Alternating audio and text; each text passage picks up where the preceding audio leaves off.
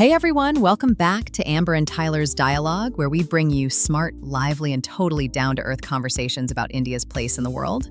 I'm Amber Ellsworth, and as always, my co-host Tyler Ashcroft is right here with me. Thanks, Amber. And it's always exciting to talk about India's journey, but today's topic is one of those real milestone moments, even if it's not exactly breaking news. Still, it's a story that's absolutely worth revisiting, especially for anyone who wants to understand where the world is headed. Absolutely, Tyler. I mean, over the past year, we've seen a lot of headlines about India's economy. But one of the most significant and maybe a bit underappreciated in the wider world was India officially overtaking Japan to become the world's fourth largest economy. Now, for those who might not remember exactly when this happened, it's important to note that this shift actually took place a little while back, but its impact is still unfolding today.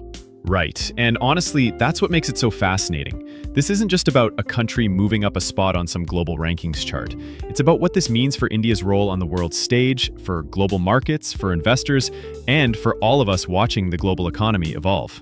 Exactly. Here's a fact that still catches people off guard. In just the past decade or so, India's economy has more than doubled in size. That's not just impressive, it's transformative. And it sets the stage for everything we'll be talking about today. So what's next for global markets with this new economic heavyweight in the mix? How did India pull this off? And what does it mean for the rest of the world? These are the questions we're going to dig into.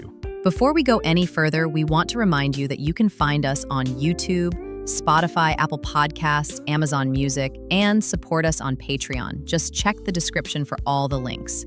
We love hearing from you, so drop us a comment or join the conversation. Absolutely. And if you're enjoying the show, don't forget to hit that subscribe button and share it with a friend. The more voices in the conversation, the better.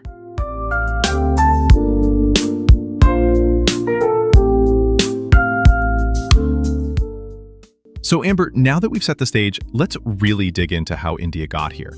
I mean, to go from a relatively closed economy, just a few decades ago, to becoming the fourth largest economy in the world, that's a journey worth telling. Definitely, Tyler. And honestly, it's a story that starts way back. You have to remember, for a long time, India was seen as this giant with untapped potential, a sleeping tiger, if you will. But the big turning point, most people agree, was the early 1990s. Right. That's when India really started opening up its economy. I mean, before that, things were pretty tightly controlled. Licenses for everything, high tariffs, not a lot of foreign investment. But then came the reforms. Exactly. The government at the time, led by then Finance Minister Manmohan Singh, pushed through some pretty radical changes. They started dismantling the so-called license Raj, which had held back businesses for decades. Suddenly, it was easier to start a company, to import and export goods, and to attract foreign investment. And, that's when things really started to pick up. The economy began to grow faster, and new industries started to emerge. But it wasn't all smooth sailing. There were setbacks, right? The Asian financial crisis in the late 90s, the global financial meltdown in 2008, and of course, the pandemic a few years ago. Absolutely.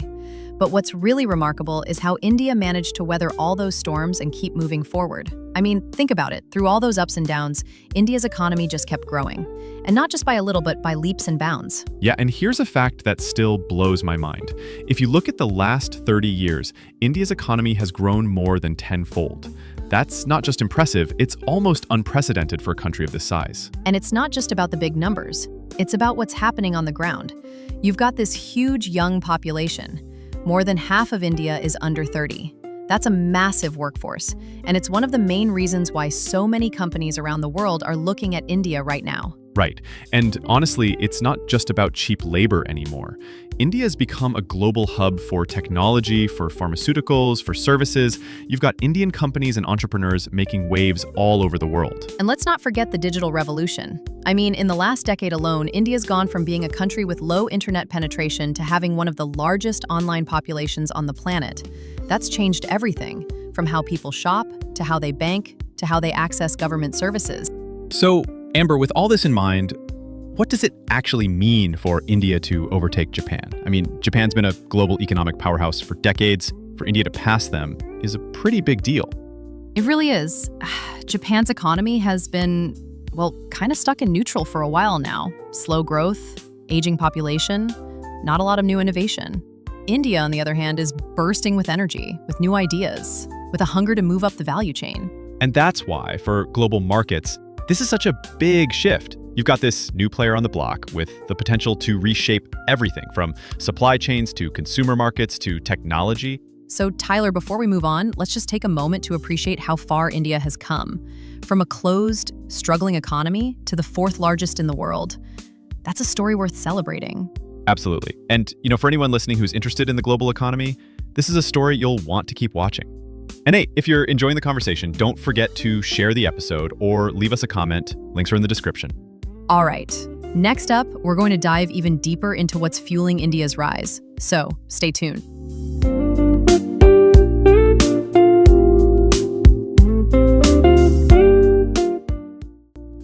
All right, Tyler, now that we've set the scene, let's really get into the nitty-gritty of what's fueling India's rise. I mean, it's one thing to say India's become the world's fourth largest economy, but how did it actually happen?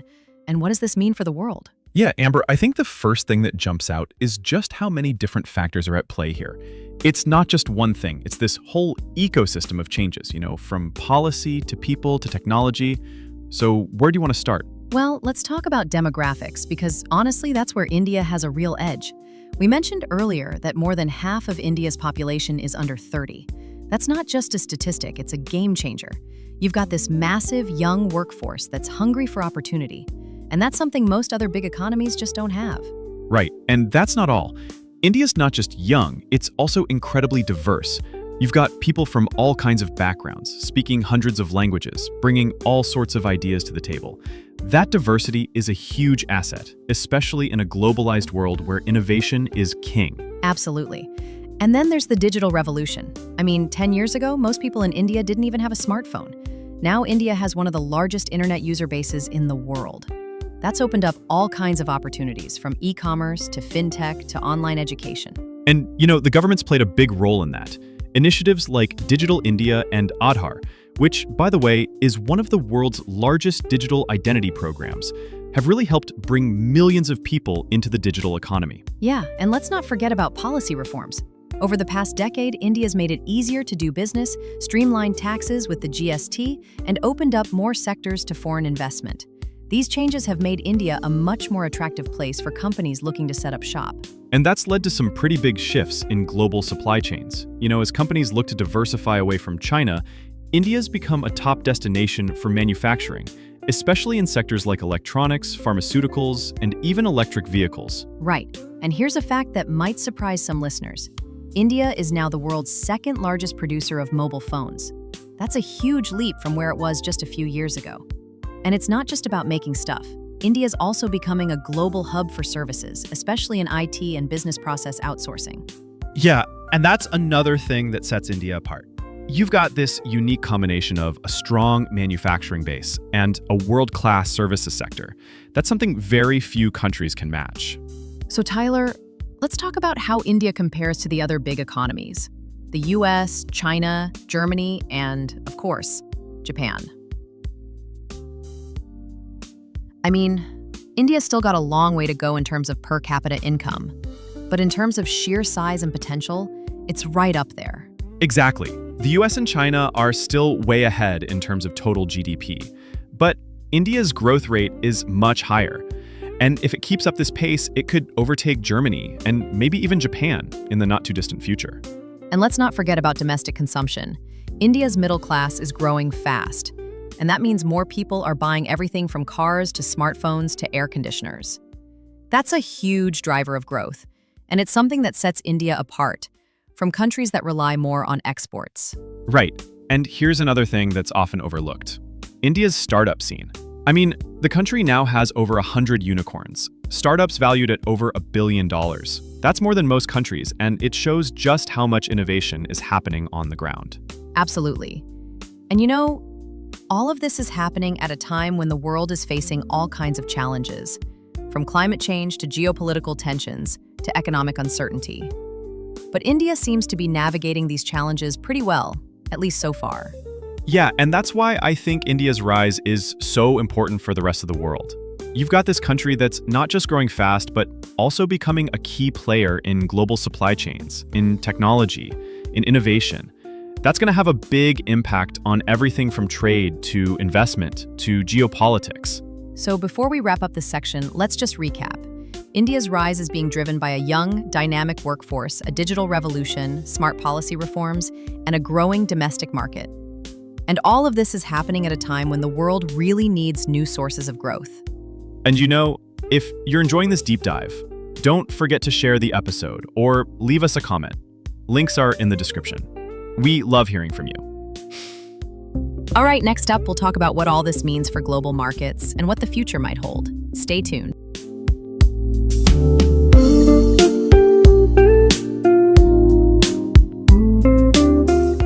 All right, Amber, we've taken a deep dive into how India's become the world's fourth largest economy.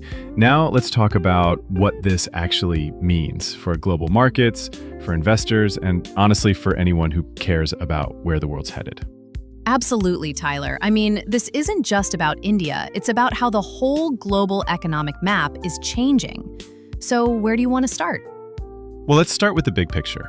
With India moving up the rankings, global markets are having to pay attention in a whole new way. For years, the US, China, and Europe have been the main focus. But now India's right there in the mix, and that's shifting the balance. Right, and here's a fact that might surprise some listeners. Over the past 5 years, foreign direct investment into India has more than doubled. That's a huge vote of confidence from global investors. And it's a sign that India's not just growing, it's seen as a stable, attractive place to put your money. Yeah, and that's not just about big multinationals. You've got venture capital firms, tech investors, even pension funds, all looking at India as a key part of their global portfolios. And honestly, that's a big deal because it means more jobs, more innovation, and more opportunities for people in India. But it's not all smooth sailing, right? There are still plenty of challenges. For one thing, India's per capita income is still much lower than most other major economies. So, while the country is getting bigger, the average person isn't necessarily living a lot better, at least not yet. Exactly. And then there's the question of infrastructure. India's made huge strides, but there's still a lot of work to be done. Better roads, more reliable power, cleaner air. These are the kinds of things that can make or break long-term growth. And let's not forget about global uncertainties. You've got everything from trade tensions to climate change to geopolitical shifts. All of this could affect India's growth, and investors are definitely keeping an eye on it. But here's the thing. Despite all these challenges, India's story is still overwhelmingly positive. The country's got this incredible momentum, and it's becoming a key player in some of the most important industries of the future, like renewable energy, artificial intelligence, and biotechnology. Right, and that's why I think India's rise is so important for the rest of the world. For decades, the global economy has been dominated by a handful of countries. But now, with India in the mix, we're seeing a more multipolar world, one where power and influence are more spread out. And that's good news for everyone, honestly. More competition means more innovation, more choice, and hopefully more prosperity for people around the world. So, what does this mean for investors? Well, if you're looking for growth, India's definitely a place to watch. But it's also important to be realistic. There are risks, and not every investment will pay off. But for those who are willing to take the long view, the opportunities are huge. And for multinational companies, India's becoming a must-have market. You've got this massive young population that's hungry for new products and services. That's why you're seeing everyone from Apple to Tesla to Walmart doubling down on their India strategies. Right, and it's not just about selling stuff. India's also becoming a key hub for research and development, for manufacturing, and for talent. That's why so many companies are setting up innovation centers and hiring top talent from Indian universities. And let's talk about the impact on everyday people. For Indians, this growth means more jobs, better wages, and more opportunities to build a better life. And for people around the world, it means more choices, lower prices, and access to new technologies. But it's also important to remember that growth isn't always evenly distributed. There are still millions of people in India who are struggling to make ends meet. So, while the overall picture is positive, there's still a lot of work to be done. Absolutely. And that's why I think it's so important to keep an eye on how India manages this next phase of growth. If the country can keep up the momentum, address its challenges, and make sure that growth benefits everyone, then the sky's the limit. So, before we wrap up this section, let's just say, India's rise is a big deal for global markets, for investors, and for people around the world. It's a story that's still unfolding, and one that we'll all be watching for years to come. And hey, if you're enjoying this conversation, don't forget to share the episode or leave us a comment. Links are in the description. We'd love to hear your thoughts. All right, next up, we'll bring it all together with some closing thoughts. Stay tuned.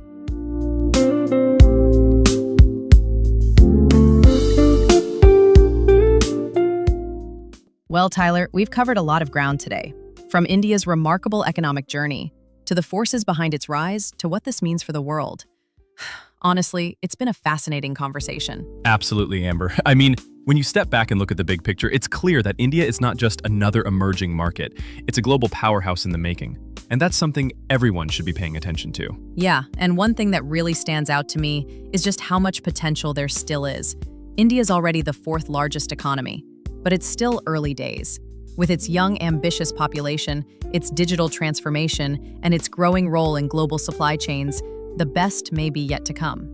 Right. And, it's not just about the numbers or the rankings. It's about the real impact on people's lives. More jobs, more opportunities, and a stronger voice on the world stage. That's what makes this story so compelling. At the same time, we have to be realistic. There are challenges ahead. Infrastructure, inequality, global uncertainties.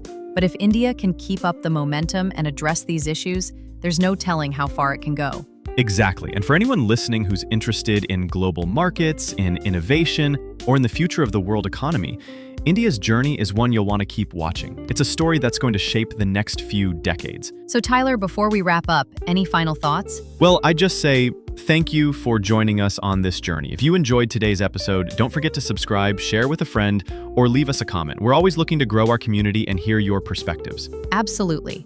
You can find us on YouTube, Spotify, Apple Podcasts, Amazon Music, and support us on Patreon. All the links are in the description. We love hearing from you, and we're excited to keep the conversation going. And remember, the world is changing fast. India's rise is just one part of the story, but it's a big one. So stay curious, stay engaged, and let's keep exploring together. Thanks for tuning in to Amber and Tyler's Dialogue. Until next time, take care and keep the dialogue alive.